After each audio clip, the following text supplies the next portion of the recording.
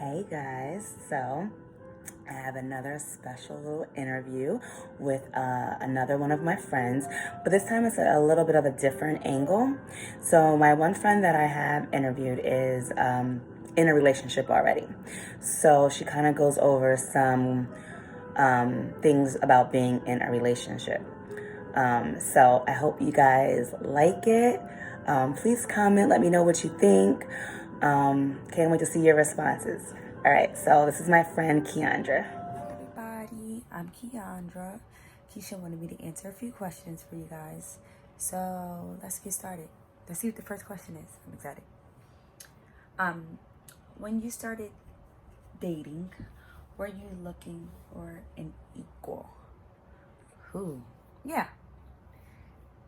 Yes, when I started dating, I would definitely say I was looking for equal. Everybody's definition of an equal is different, but my definition of an equal would have definitely been, somebody who was the same as me, somebody who had the same interests as me, the same hobbies, somebody who was exactly like me.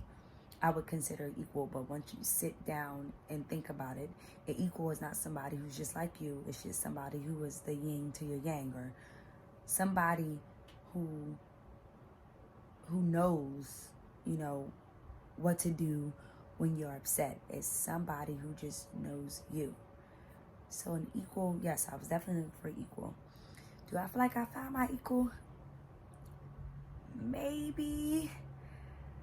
Not so sure yet, but I feel like I'm pretty close to it. I feel like he's pretty close to being my equal. So yes, I was definitely looking for equal. I definitely wanted somebody who could help me out and support me and just be what I was to them, All right, next question. What was the deciding factor that made him or her worth the exclusivity? Um, I think that after a while, because we had a few bumps in the road in the beginning, it was very hard because of the age gap, and we were so worried about what he has to say or what she has to say or what my mom has to say or what his mom has to say. I feel like what made him worth it was just him being there for me. I've had a lot of rough patches in my life, and some people don't realize that they're helping you. Like, they're just there for you, and they don't even know that they're there for you because you haven't expressed it. You're just upset or whatever the case may be, and they don't know, and they're just there for you. And I feel like once I realized, like, dang, he really has my back through just about everything, that's when it was time to just be like, you know what, forget what everybody else has to say. Let's do us.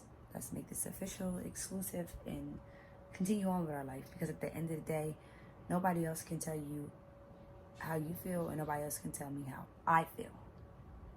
All right, next question. How do you handle your disagreements?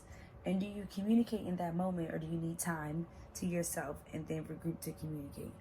Okay, usually our disagreements are very subtle, like they don't last long. It'll be me usually being upset, and I'll probably go off for like 20 or 30 minutes, and he'll just listen, take it all in like I'm venting, and then he'll respond. Sometimes he won't. Sometimes there'll be times where I hang the phone up and I don't hear from him the next day, just so he can have his space. But for the most part, our disagreements usually end in being solved because we both agree that we don't want to go to sleep mad. It's not worth it going to sleep mad and then waking up the next day being like, oh my God, and just still pissed off over something that could have been resolved the night before, or, however it happened. All right.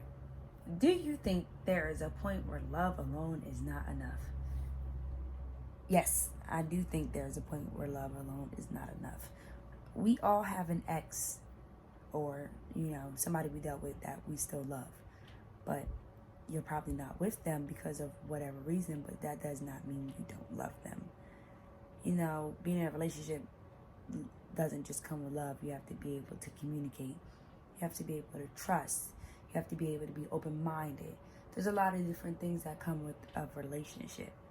You can't just be one-sided. It definitely has to be two-sided, especially if you and a person don't have a lot of things in common. Love is definitely not enough. I mean, you can say you love somebody 1,000 times, but if you don't show it, it's like, okay. You know, there's guys who love women, but they still cheat. You know, love is not enough to hold the foundation together. It has to be trust. There has to be communication. It has to be so many other things just besides love. Love is just the icing on the cake. So yes, I definitely agree that, you know, love is not enough. It's not enough. It's not. You definitely have to have more. You know, you can love anybody. But in order to have that trust and that communication, to have the open-mindedness, to be able to accept that person for who they are is what matters the most. That's what I think. But make sure you guys subscribe to the YouTube channel. I'm pretty sure there'll be many more interviews to come. And be safe in this quarantine. Stay inside. Bye. So I hope you guys enjoyed what Keandra had to say. I definitely agree with her on majority of her questions. Although it's been a while since I've been in, to me, what I would call a real relationship. I feel like I've been in a bunch of situationships. I'm sure a lot of you guys can probably relate to what I mean by that. But I definitely agree with, you know, what Keandra was saying. The last question I think was, is love enough? And that hit, with her answer, her response hit me because, yeah, you can definitely love someone, but are you still with that person? No. I've been in love for a total of 3 times, and I still love them. I'm not in love with them anymore, but I definitely still love them. But it wasn't enough. It wasn't enough to still, you know, to maintain a healthy relationship, you know. So I felt that when she said that. So I hope you guys enjoyed just another perspective. She's not dating anymore. She's actually in a relationship. Hopefully the next step will be marriage. So, you know, maybe I can talk to her after she's married to see what that's like. All right. Bye, guys.